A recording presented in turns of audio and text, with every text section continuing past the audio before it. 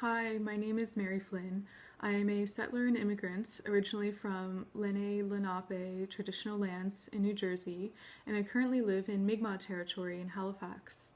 I'll be reading pages 30 and 31 from the TRC report entitled The National Events.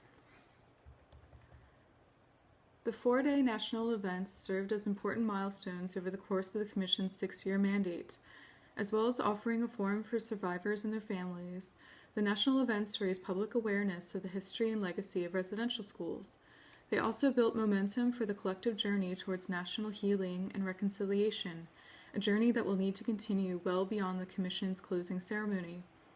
Traditional knowledge and practice guided much of the Commission's work.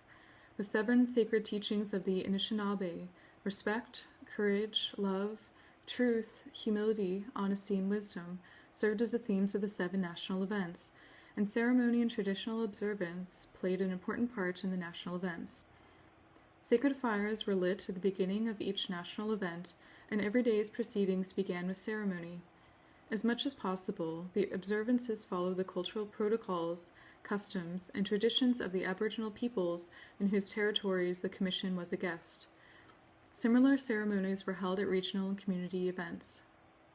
Education was a key part of the Commission's mandate.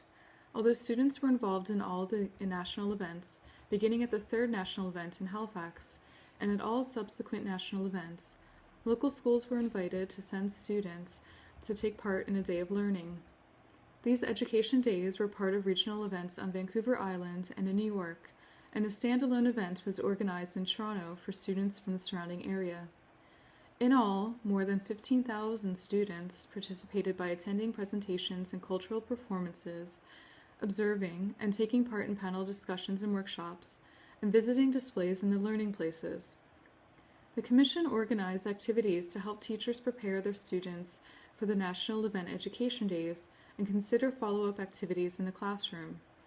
In addition, the Commission worked with the universities, educators, and traditional knowledge keepers to hold academic conferences and panel discussions at its national events on a number of topics related to the legacy of colonialism and residential schools, and on healing and reconciliation.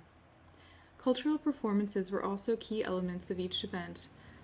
Through concerts and talent shows, thousands of people experienced some of the richness of Aboriginal culture, language, and artistic expression, cultural forms that residential schools sought to destroy. The Commission was able to share its work with Canadians everywhere and with a worldwide audience through live streaming of the national events on the internet and additional postings on the Commission's website and social media platforms.